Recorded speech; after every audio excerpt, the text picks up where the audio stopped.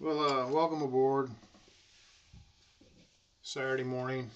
I do a Saturday stream here. I got some stuff I wanted to go over, and sort of gonna take off where I left off with yesterday. I did a stream, and what I did is I laid up a belt, or I laid up a wheel pant, which I pulled those out of the mold today. They came out good. In the warming box, I had a mold that I laid up the second half. There's no key fixtures, basically. There's just two flat plates, okay? So these mold halves weren't made to key together, and there's a reason behind that. So I wanted to incorporate these plastic plates on top of this mold. I got two of these plates, one for each half. And what I wanted to do is lay up this with the flange. And I've got one part already made with a flange, and I need the mating half of that, which is this mold I made here. Now what I'm going to do in a minute here, I'm going to take some sandpaper, like 400 grit, and I'm going to sand this down. And I don't know if you can see or not, but it's got like a satin look to it. And I want to get rid of that. I want to try to buff it out. And this is what I'm looking for. More of a, you can see a gloss there. I think you can.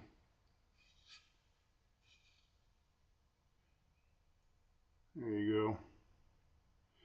So it doesn't really make a lot of difference if you're going to paint this wheel pant, but if you're going to leave it unpainted, it's probably important. The reason why it's got a satin look to it is because this is tooling board, and I only sanded this maybe 600-800, I can't remember, it wasn't very much, and I waxed the tooling board, so there's absolutely no sealer, there's nothing on this thing but wax, and it's got a fine enough grain where you don't have to seal it. So I was able to actually make this mold off of this tooling board. Now if I'd have buffed this mold out or the tooling board, I could have got a better finish. But I thought, you know, it's good enough. I wanted to finish inside the mold. So that's what I'm going to do. PVA is really hard to spray and get it perfect. You know, you're going to have dirt nibs, or a gnat's going to land in there and do the backstroke across your PVA or whatever. Just like paint. So anyway, when you actually wet sand and buff this mold, that's where you get a really good surface. Now, what you're looking at here, if you don't follow along, this is Resin Surfaces 302X. And it's a surface coat, and it's made to cling to vertical surfaces.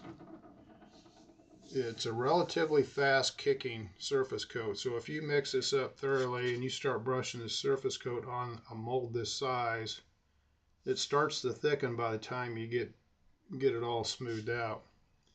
So if you're working with 302 surface coat, basically you've got to work in a smaller area. Now if you have a full fuselage, you're going to have to do it in sections probably. If you go back, I did an RC fuselage out of a surface coat. It was black. It was a longer pot life.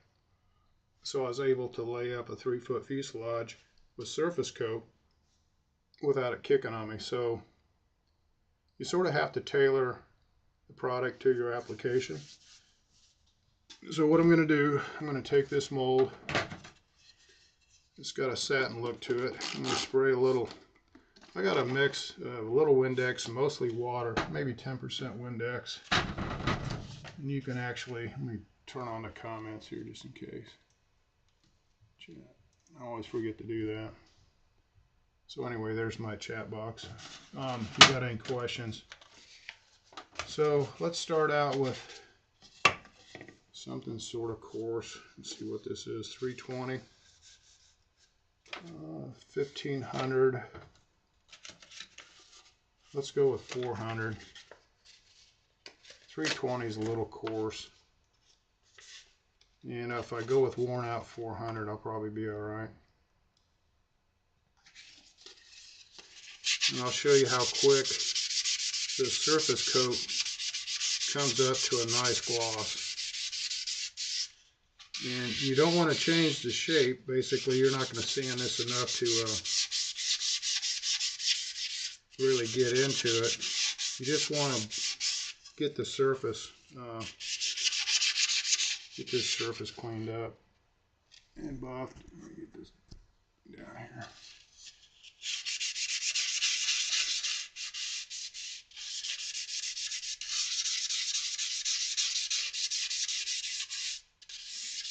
I got this white balance set really warm. I was looking at the video I made last night. I think white balance and measured in Kelvin, I think I had it at 5400, which is sort of like a sunset. With the GoPro, I'd run that GoPro on a lot of these videos. I don't do anything. I just leave the auto white balance. With this Logic camera, basically it's one of these things where you can go in there and fiddle with the settings. It's a good thing, but it's also bad. So with 400, basically I'm just trying to knock down the satininess. And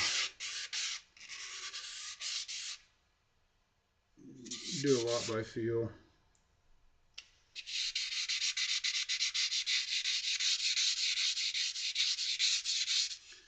Now, if you have any big irregularities in a mold, let's say you got an air bubble on your flange or something, you know, at this step here is the time where you can go in there and repair it. So if I get something really wrong, I'll set the mold aside, and next time I mix up some of that surface coat, I'll go in there and repair it. Or just sort of flag it in your mind. And what you can do, let's say you had an air bubble, you can fill it with wax and keep laying. And wax will bridge over a void to an extent. And then once you decide to actually fill the void or fix your mold, you can take a diamond bit, sort of like filling a cavity in a tooth. You can miniature diamond bit and drill it out, and then fill it with the same surface coat. So I'm not changing the shape, but I scuffed it down pretty good with 400. You see the progress there. It's probably going to scare you at first. I really need some 600 over here, but that's all right. So this is what is this? Probably 1,000. This is 1,500. This might be 1,000. I should have a couple grits in between the two.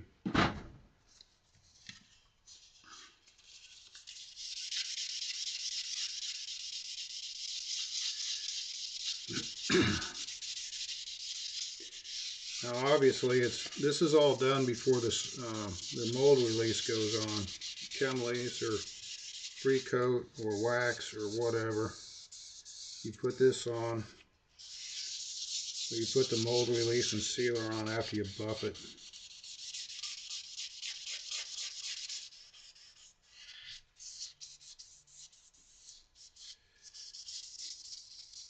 And the beauty of the 302, it's got a lot of aluminum in it. So when you get done sanding and buffing this surface coat, it's almost going to look like aluminum mold.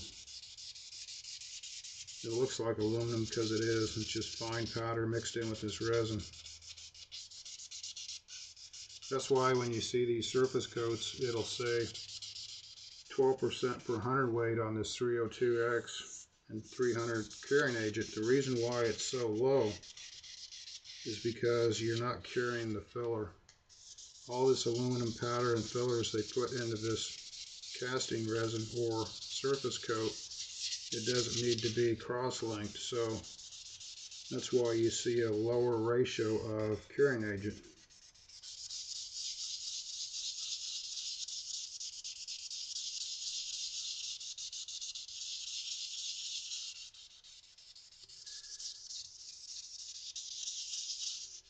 And you can tell it'll have a scratchy sound, you know, when it's still cutting.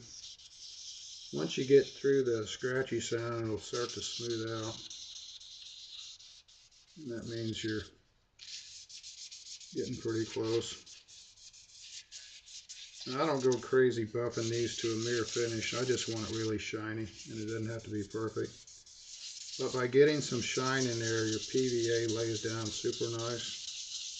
And then also, it pops out really easy.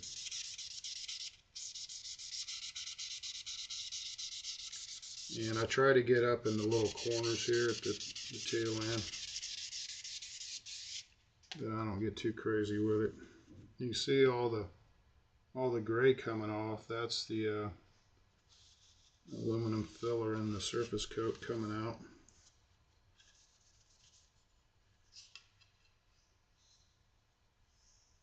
So now it's starting to come out fairly smooth. Let's hit it with a little compound and see where we're at.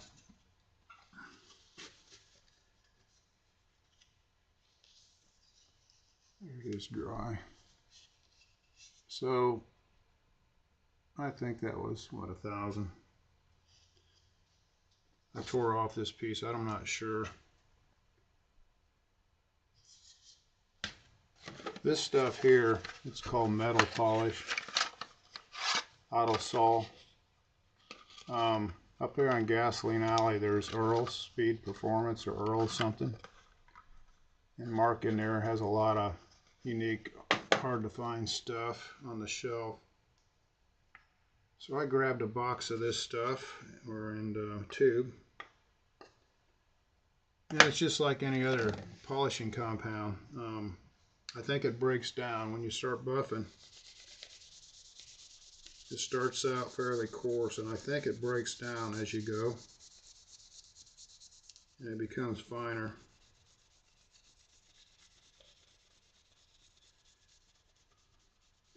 Now I've used Brasso, and I've used turtle wax rubbing and polishing compound. I've used silver polish. Anything I see that I think might work, I go ahead and get it. But this seems to work really well. Probably because there's aluminum in this surface coat. The other thing you can use, if you get a mold that has a buildup, I used to have bell crank molds. I used to do Teta, and I didn't have PVA. I started laying up some bell cranks before I PVA'd them, and the amine blush started to etch into the mold. And I switched to PVA because it was getting too time consuming to go there and clean all the molds all the time. But if you get like a scum in your mold or something and you don't really want to sand it, you can try a little of this, some kind of metal polish, and a lot of times that'll act as a cleaner.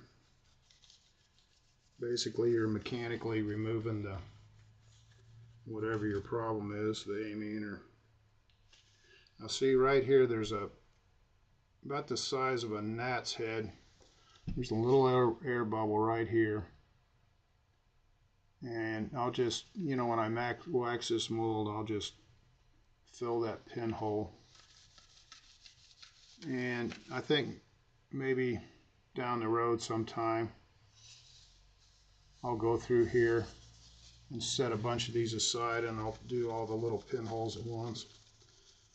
But the bottom line is, it's not going to really make any difference. I mean, I've never had a mold stick for a teeny little pinhole, especially when you put some wax in it.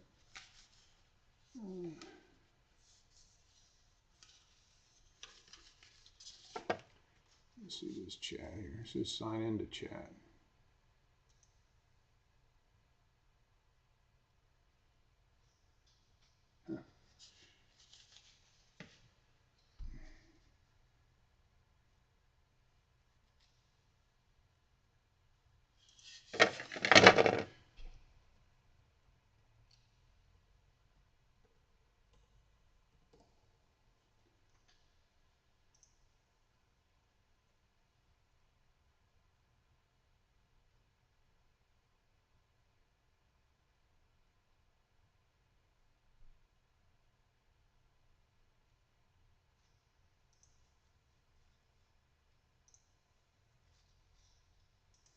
So I'm looking at this pop-up box.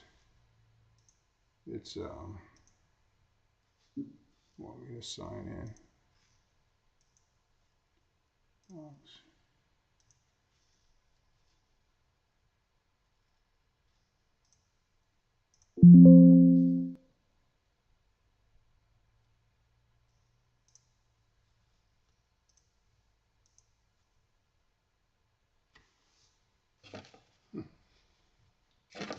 Sort of on as I go. So here's where we're at real quick. So that gives you an idea how quick you can work this 302X up. Now once you get some wax on this, you know, you'll get a pretty good moldable surface. So I'm going to hit it with just a little bit more of this stuff, and then I'm going to wax it. And I'll probably try to lay one of these up with the plastic. I've got one wheel pan half already made with a flange on it. And I've got to get this mold ready because this is the mating half to the one I laid up over here a week ago.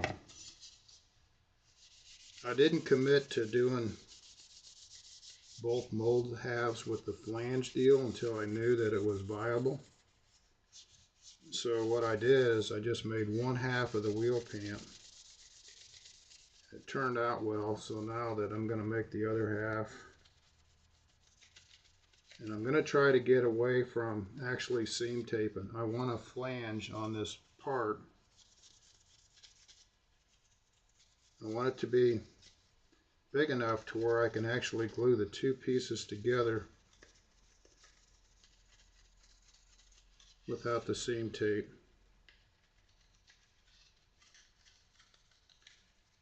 And once I determine it's strong enough to hold and it's going to not split apart, I'll commit to making them all like that if it saves me time.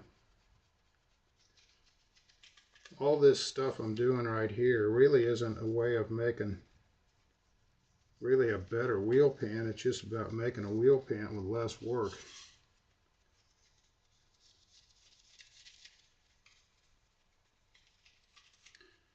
And then of course you got all this stuff with like bladders, and you know, you can go on and on with all the different things you can do, but then eventually you'll determine that you're really not saving any time because it's a lot of work and time just to save time.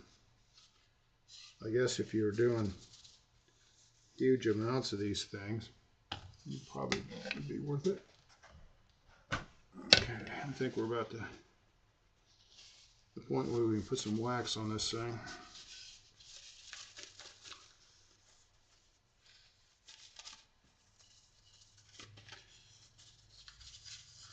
Trying to get all the metal polish off. Hey Steve. Good morning, Steve. Trying to take off where I left off here yesterday.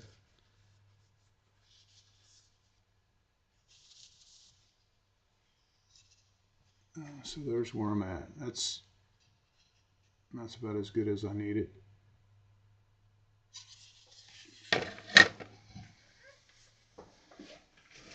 Now you're probably thinking, you know, I don't need to make wheel pants. It's one of these things where it might not apply to what you're doing because you don't want to make wheel pants, but if you really think about it,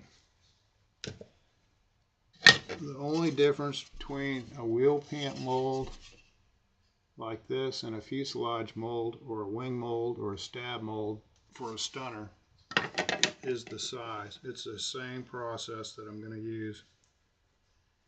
When I finally get to the point where I'm going to make a control line fuselage, I'm going to take a piece of tooling board like this, but it's going to be the size of a fuselage. I'm going to carve out a fuselage, and it'll have swoops and curves and fillets and everything in it. And then I'm going to put surface coat on it with parting boards, you know, like this type of surface coat. I'm going to make a mold.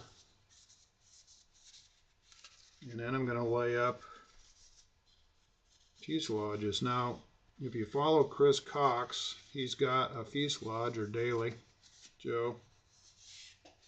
They've got these composite molds for fuselages and wings. Well, the beauty of that whole thing is once you actually make the mold and you make a fuselage or a wing and it comes out too heavy, it's no big deal, because the next one you make, you adjust the material and the process of the material in that mold, and by doing that you lower the weight or you distribute strength in different areas. So years ago, Wendy had a video, and I'm not sure who put it up, Walt Brunel, or I can't remember but Wendy had this video where he had an aluminum mold, wing mold for a pattern master. And this aluminum mold billet was, I don't know what they paid for, probably not much, because who knows, but it might have been do it at work type thing. But they laid up a wing in this mold, and I'm not sure what it weighed. It seemed like it could have been too heavy.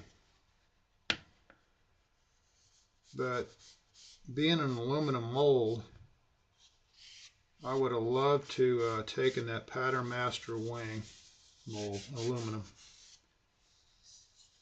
and gotten a hold of it, taken it into JT Composites in vacuum bag, spread toe, or something like that, pre-frag in there, and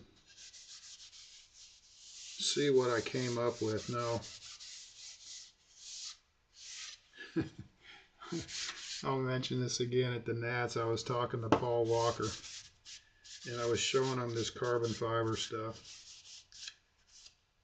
And I told this story a few times, but I showed him this carbon fiber pre-frag, and they were just little samples, right? That he looked at them, and he rolled them around in his hands like this, and he looked at me and he said, "You're not going to like what I'm getting ready to tell you." And I sort of chuckled. I still laugh thinking about it. And I said, "Yeah, that's what I want to hear. I mean, good, bad, or ugly. I mean, I want to hear what you have to say. That's why I'm asking you." And his, you know, he said, "Well, we've been through it. We run the numbers, and, you know, it ends up too heavy." And he was 100% right. I mean, I'm not sure, you know, what he figured or what kind of weight of cloth or whatever, but, you know, so if it's too heavy, you know, you just don't use as much. But I was at the Nats years ago. I think we were on the L pad, and they were flying these gliders. It was the Nationals for the gliders, and these gliders, I'm not into this stuff, but it's radio controlled. They launch these things, they take off, and they fly around for a while, but it's on a timed flight. When the buzzer goes off, the airplane has to be landing in front of them in this little square. And it was really cool to watch. These things would get up there, and they'd float forever. Now, out of all the gliders that were there was maybe a couple of them, you know, the balsa wood things. But most of them were this carbon fiber spread toe. And what I mean by spread toe, the carbon fiber toe, instead of being bundled up like this, it was laying flat. So they took the toe and they flattened it out. And the toe might have been 3/8 wide, 1/2 inch. I mean, it was big and flat. But it was a way to distribute strength in the X and Y axis and still keep it really thin. and they were making it work. These gliders, you got to understand, the core of the wing is not very wide, but the wingspan is huge. So maybe they did need the carbon, you know, for the strength of the type of wing it was.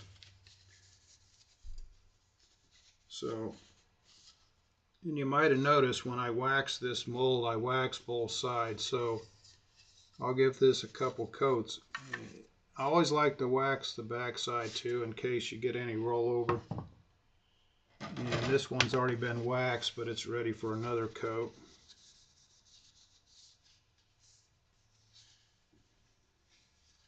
So I'll give this a rub down. Another thing, when I scrape the PVA or epoxy off of this mold, like on the flange, I always use a plastic scraper or a credit card or something. And that way, you're not digging into your release, whether it's wax or chemical. So, I think my wife just got home from grocery shopping. She might be coming out here talking to me.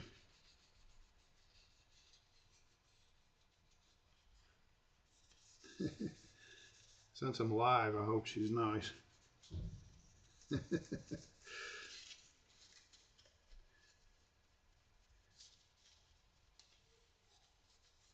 Oh, my granddaughter's in there. I can hear. I got my little 4-year-old granddaughter just came by. We watched her for like 4 hours on a Friday. And she keeps us real busy. So I think what I'm going to do, since she's here, I'm going to finish this up here in a second. And then I'll come back on then later with the actual layup of this. I got to cut the, got to go in there and cut all my fabric. When I do them, I cut 2 sheets for this, 2 for that. So that way when I start laying this up, all my stuff's already sliced up. But anyway, basically, you got to see today real quick how easy you can take the 302 and buff it. And then here it is with the wax in it. So if you think you need an aluminum mold, you don't. Now here's why I say that. For what we do in model airplanes, okay, you can get away with the composite tool. Now, I asked Dan and Randy Rodine. They were up there in northern west side of Indianapolis, and they made funny car bodies, and they made a lot of neat stuff. And I'd ask them about aluminum molding. And here's the key, okay? Aluminum can be your friend or your enemy. So when they make a funny car body or some big wing or pod for a race car, the mold was made out of pre-preg carbon fiber. Now they have pre-preg that's normal for layups, but they got tooling pre-preg that's resin rich, that is made thicker and heavier for tooling. So the way they explained it, all this stuff was under heat and pressure in an autoclave. Now, if this thing is 6 foot long and you put it in an autoclave under heat and pressure and it's made out of aluminum, it's going to grow, and it's going to grow so big that it's going to distort your part. Now, it depends on when the resin cures. If the resin starts to cure right when the tool gets its maximum expansion, you know, that might be what you want. But basically, it was composite tooling for the composite part. The coefficient of thermal expansion between the tool and your part were the same. Okay, so let's backtrack a little bit. Let's just say you wanted to mold a cylinder. Let's just say a rocket body tube, or let's say a mandrel for the inside of a fuel tank. So what happens, real briefly, the mandrel expands, and you want the resin to actually start to cure at the full expansion of your aluminum, or after it's expanded quite a bit. Once the temperature starts to drop, the tooling stays the same, or not the tooling, I'm sorry. Your part stays the same, which is on the outside. Let's say your carbon is over the outside of this aluminum mandrel. Your part stays the same, it's cured, and then the aluminum shrinks when it gets cold. So the shrinking of the aluminum actually acts as a release, so it comes away from your part. For model airplane stuff, I can almost guarantee you can do the same thing with tooling that's built up. Now, the glider guys show these aluminum molds. They're all polished, and they're beautiful molds. And if you have access to a CNC machine, you got somebody who can do all that tooling, you want to utilize it. You want the aluminum mold. But you don't have to have it. 302X, okay, on an accurate part. Let's see if I can get the shine here. It's good enough. And you can buff this with silver polish or whatever. So if you're doing a high temp tool, you room temp cure it, and you bump it up to maybe 125, 150 in a hot box, it'll be perfect. Aluminum would be great if you're autoclaving and you need the release from thermal expansion or whatever. But that's just a little overview, and it's not my thinking. It was by talking to the people that actually made parts. So it can be your friend or your enemy. So when I come back later on today or tomorrow, I'm going to lay up these with a flange right here. And the way it's held, real quick, I'll do an overview and show you what's going to happen. I'll take these little paper clips and I'll go around this plastic, and I'll center this flange to where it's centered on the mold. And there's even overhang all the way around. Now, I couldn't do it yesterday. I was showing you these things. You can't do this plastic flange when you got bumps. Wherever they are, right here. I could do the flange with the inside bump here, but I couldn't do it with when the bumps came up, because I couldn't get the plastic to lay flat. And I didn't want to cut holes where the bumps are. Just make another mold. So I've got maybe, I don't know, 1/16 or less all the way around. There's another thing I have to do, and I'll probably do it before I turn the camera back on. I need to find out what the actual pattern is that goes in this mold. Now, the way you find out, you take masking tape. Let's see. Let me read a couple of these comments real quick. Oh, the Genesis wing. Yeah. It's sitting there. It'll be coming up this week.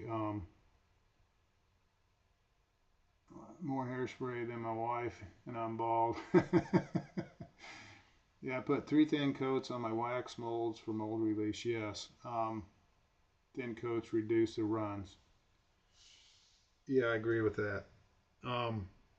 Another thing real quick with wax. This is high temp wax. Rexco makes a wax in a green tub that's great. The high temp's good for room temp. Okay, so I've got some wax that almost acts like a chemical release. I don't know what's in it, but the PVA won't lay on it.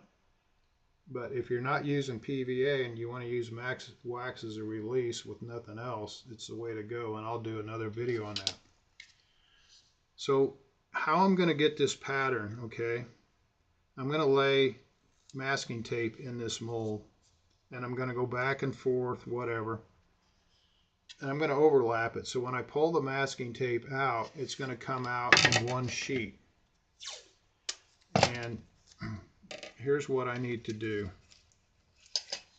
The masking tape will be cut, and it's sort of a precise deal here. The masking tape will be cut right to the top of this mold, okay? And this is sticking up a little bit. Okay, so once all the masking tape has conformed to this mold, I peel it out like this, and then I lay it flat. That is my mold. I'll go around the perimeter and I'll make a pattern that matches this. So when I cut the glass cloth to go in this mold, I'll keep working it and it'll work perfect. It'll come right to the edge right there. And it won't matter if it's 1/32 or 1/64 shy of the edge, that'll be fine. But I want it almost, if not right to the edge. So what'll happen is I'll lay my glass in there. I won't have to trim it once it goes in, if it's done right. And then I'll actually lay this on top like this. And then once I lay it on top, and then I'll form the flange. And I think Len Turtle hairspray. The guy, I'm not sure what you're talking about that, but I do know they use hairspray on composites to hold everything together. But they also use some 3M products. Another way, if you take a big layup and you're wet laying, you want to wet lay it between two pieces of plastic. And that way when you cut your pattern out, you're not handling the wet layup, you're actually handling the plastic. You peel off half the plastic, you lay it in the mold, you rub it down, and then you peel off the other plastic. So there's a lot of different variables there. Where I'm at on that Genesis wing, okay, here's what has to happen. And I'll go through this real quick. Let me tripping over the phone or the camera cord. And I'll show you where I'm at.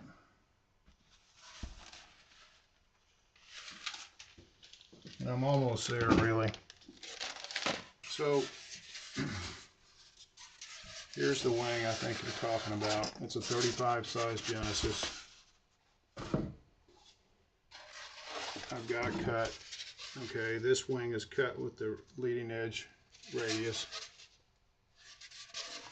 Okay, so here's what's going to happen. I'm going to take 3/4 ounce glass cloth. I'm going to lay it on this glass tabletop on plastic, stretched tight. I'm going to squeegee a thin resin on top of that glass cloth, and I'm going to blot it to where basically it looks dry. I'm going to lay the 3/4 ounce glass cloth at the trailing edge all the way around the leading edge to the trailing edge, so the glass cloth will be transferred to the foam core with a plastic backer sheet so I can handle it. The plastic backer sheet will allow me to lay the glass on there. Now here's the tricky part, and it might be trouble, but I'll video it. I'll try to adhere the glass to the foam, or hopefully it sort of sticks where I can peel the plastic off, okay? Now, the 3/4 inch glass will be wet or damp. The sheets that go over the top will be pre-formed, and the way I'm looking at it, the only thing I have to form is the leading edge. But the sheet of balsa wood that's going on this wing will be glued together from the trailing edge all the way around to the leading edge, and this will be pre-formed. So once the glass is on the foam, I'll take the pre-formed balsa wood and I'll lay it over the top, and it'll come down on top of the glass, and I'll vacuum form that balsa to the glass. So the glass with the epoxy will be the adhesion coat between the foam and the wood. the spar and the landing gear clips will already be in there. Once everything is vacuum bagged down and cured, then I'll go through and I'll triple core it. So I'll open it up after the wood is on there. The last step that has to happen, I sort of got ahead of myself. I will not core it at that point. The next step, once the wood is on, I'll final sand it to where it's perfect. And then I'll take pre-cured glass skin that's cured on the glass that will wrap over the top of the wood. So basically, there's going to be no filling, no sanding. Your finish is going to go on top underneath a vacuum bag. It's hard to follow, but I'll show you. This is a real heavy version of what I'm talking about. So it's sort of an involved process, but it's still simple. So imagine the foam core, 3/4 ounce cloth, balsa wood bagged down, a final sanding to make it perfect, and this is glass cloth with resin in it that's been pre-cured. So imagine a full sheet of this, okay, 3/4 ounce cloth, goes back in the bag like this.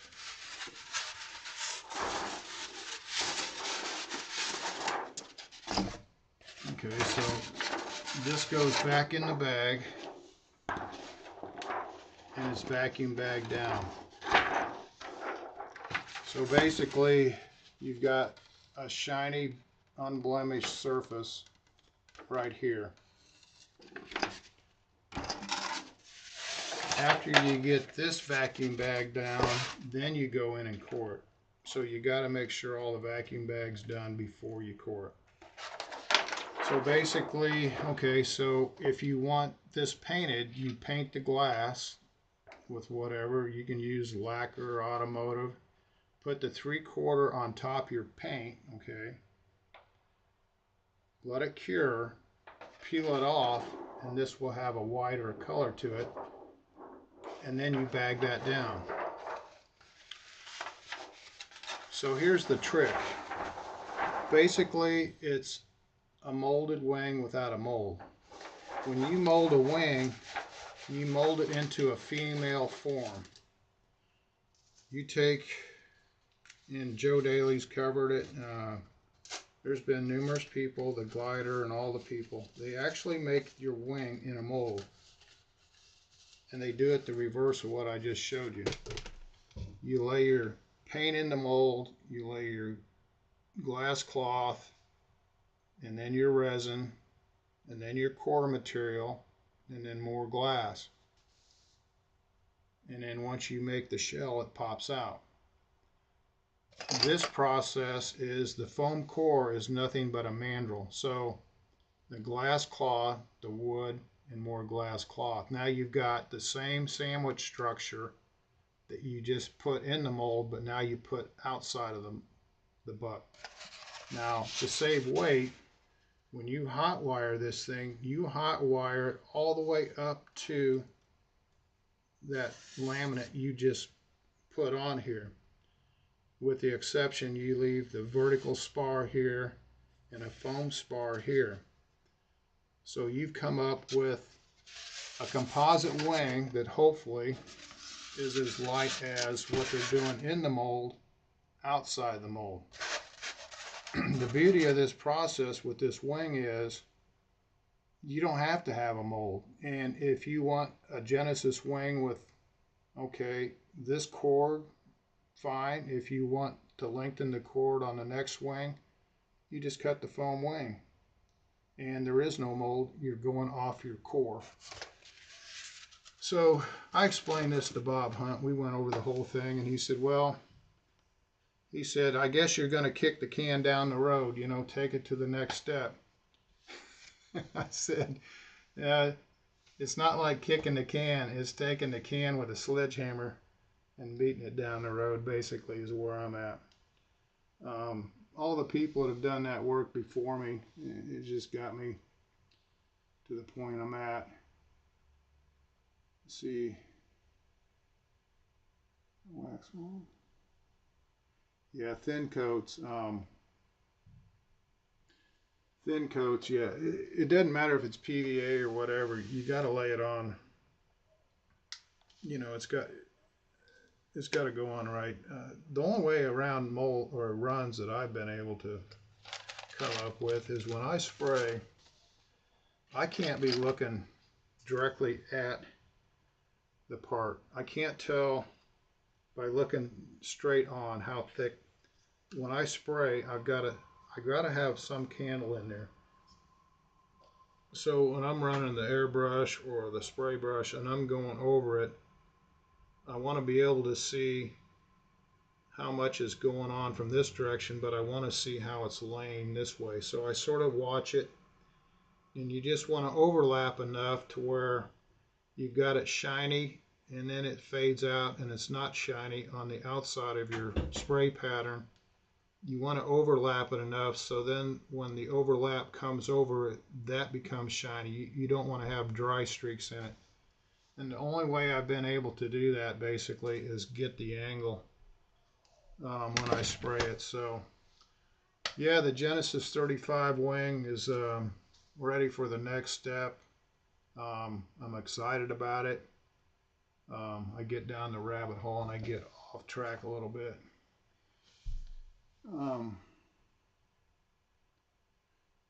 Yeah, Steve. Yeah, it's easier when you look at it. You know, when you can visualize it. So, and the other neat thing is, I mean, it's just almost like a molded wing where, you know, let's say you do this and then you decide that, you know, you got 3/4 ounce glass cloth, the first layer, your balsa wood, and 3/4 your second layer. But let's just say that you find out that, yeah, you need just a little bit more cloth right here over the spar, the landing gear area right here, you know. Well, it's real easy to take another layer of 3/4, which would be 1.5 ounces in this area, you know, to get a little bit more rigidity in that area. So that's the beauty of the composites. You can vary where the weave goes, the direction. You've got full control over the weight of it, the amount of epoxy, and where it's placed. So yeah, I haven't forgot about you. It's still it's still sitting here. But if it would have been just a quick triple core spar, no landing gear clips, you know, just that it goes quick, but that took a little bit more work, especially because of the radius on the leading edge was cut into it. So the templates had to be changed. Biggest thing is how much the final product is going to weigh. Yeah, you're exactly right. I mean, if you start lathering stuff on and you start, you know, throwing a lot of weight to it, then you're in trouble. So I'll keep that in mind. And it could be one of these things. There's no way to make that wing composite wise as light as you could make it with 4.5, 5 pound wood with built up. My thing is with this wing is when it's finished, I want it to be maybe not the best thing out there, but I want it to be competitive. I remember this guy called and he wanted a stabilizer for an airplane, stab an elevator, and he shot me a weight that was almost unobtainium. And I had wispy carbon spars in there built up on balsa wood. I used my best balsa wood, which is probably a little over 4 pounds, 1 pound foam. I mean, I hit the weight that he wanted. And I was proud of it. I mean, it was sort of like a goal. Could I produce these things all day long? No, it was just a one-time deal. And I get to the nets and I ask John, I said, go over there and ask him how much his airplane weighs. He comes back and he said it is 80 ounces. So just because you got one component doesn't mean the whole thing is going to be good. It all adds up. Yeah, the carbon toe. I use 6-ounce 2x2 of 12 for the nose of the front wing hold down saddle. And then overlap the carbon 3/4 4-ounce. See.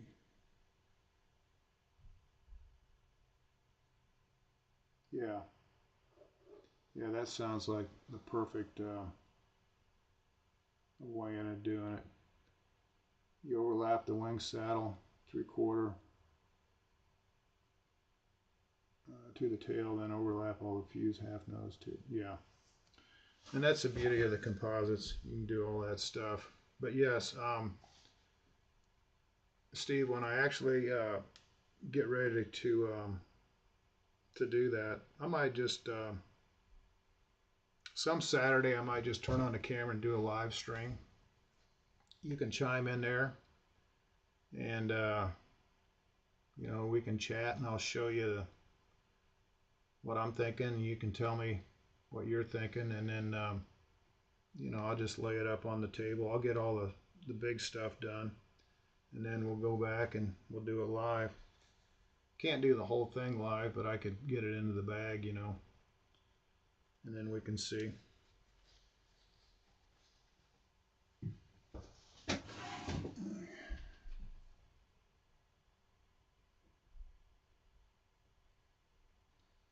Let's see, with the plastic plates to make glowing flange, then vacuum bag each half to reduce weight.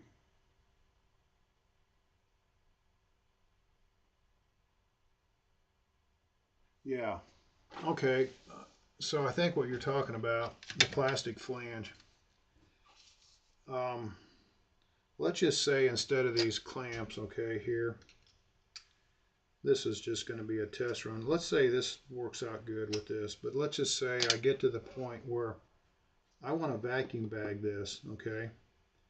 So what would have to happen? I'd have to drill holes, okay, in this plastic, and I'd probably use like rounded button head 440s, something, you know, that's not going to puncture the bag.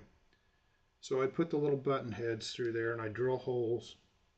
And on the back, I'd probably take epoxy and flip over a blind nut or something, or put something back here where you can screw the 440 into. So I'd actually screw this down, and then you'd lay up the glass in there, and you do everything like I explained, you know, with the flange. And then you take the vacuum bag, and then you stick the whole thing in the bag, and then you bag it down. And for something like that, you might do something like a stretch lawn or something that would actually stretch. You'd suck the bag down, and then you try to work your finger and smash the bag up under the flange. And that way you'd have compaction all the way around. And then also just the fact that the vacuum is pushing down on this flange, it would, you know, there would be no way, you know, it would be floating or come off the parting line. So yeah, that's another alternative. Let's just say you're making a big fuselage. There's this one thing, let's see, where is it? It's for the pod, it's a fuselage.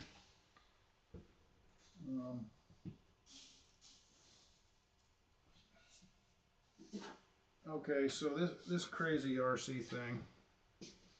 Okay, here's the pod, right? This is this holds your radio gear and your motor. Let's see, where's my camera at here? And the beauty of this pod, you can put a pylon, you can make a glider out of it, or you can put wings through a tube on the side. This is the fuselage plug. Now this thing will plug in this way, okay? So this is the fuselage.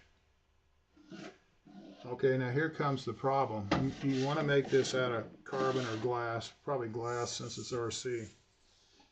So it's going to lay on its side and there's going to be a mold top and bottom, or side to side, right? So you got to join the halves, and I'm not going the bladder route, so how do you get down in there, right? So this is a perfect example where when I lay up each half, what I want to do is have an 1/8 inch or 3/16 flange. So when I take these two halves together, I glue them together on that flange. And let's just say that there's a little opening here. I can just go back and tape it here a little bit maybe. And I can tape in here. But yeah, when you get into something like this and you don't want to bladder mold it, or you don't want to do a lot of crazy stuff, you want to keep it simple because we're in a hobby, right? You know, you come up with this flange thing, so when you glue it together, everything's still straight and it's strong enough. I mean, you sand the flange, you make sure it's clean and flat, and then you're good to go. Let's see. G10 is a skin epoxy directly to the foam, extremely strong and light. Wow, we used thousands, 1,000s G10. Wow, yeah, that's cool. You know, if money was no object too, I mean, it's amazing what you could do. And it's like I talked about this yesterday. This is this is carbon fiber that went on a stealth fighter jet or something. It was sent to me as a sample, and you can tell just by hearing it how hard that is, how high modulus. It's light. If you can imagine a skim glass to hold it all together to keep it from splitting, but basically you'd sheet your wing with this. I was looking at a site, I think it was Rock West Composites or something. They had carbon fiber honeycomb. I'm thinking, man, that looks neat. Carbon fiber honeycomb. And it wasn't the actual hexagonal, it had a different shape. And I can't remember. I know it wasn't over 4 foot by 8 foot. It was 4, but a sheet of this, and it wasn't that thick. I think it was $16,000. And it had something to do with aerospace. I guess if you're making rocket fins, right, it don't matter. But the trick is, I guess, to find something that's halfway affordable and still fits the bill. But I think this is pretty good right here. But yes, you could vacuum bag this, and you can still get a flange in there with bagging. You just have to make sure you tuck the bag tight. And you know, let's just say you're going to room temp bag it. If you watch Easy Composites, they've done some stuff where they vacuum bag different components, and they actually have silicone intensifiers. Now, silicone expands under heat, but let's just say, you know, you put your peel ply or something in there, you can mold little silicone intensifiers to go around the perimeter, and then when you bag it, you know, your little intensifier is jamming it up into the corner. And I made 1/2 of a wheel pant. Let's see, where is it? And it turned out pretty good. This was, I showed it yesterday. This is the first half, and then this is the mold here to make the second half. So I got to make this with a flange. But what I did is I laid up 2 layers of the glass, a couple extra where the wheel goes, and then I laid up a little carbon toe. It's probably 3 to 5K. I can't remember. It came out of the cloth, and I just packed that carbon toe up underneath the flange To complete the flange a little bit, I used some thickened resin with some Cabasil. And once I wetted the carbon and put that where I wanted it, I took a little bit of Cabasil resin and I spread under the flange to smooth it out. So this whole idea of that flange is to get these two parts together without the seam tape. So I'll be working on that Genesis 35 wing. I'll keep you informed. A lot of neat stuff. I got some family in the house I need to go in and visit. The 4-year-old grandbaby.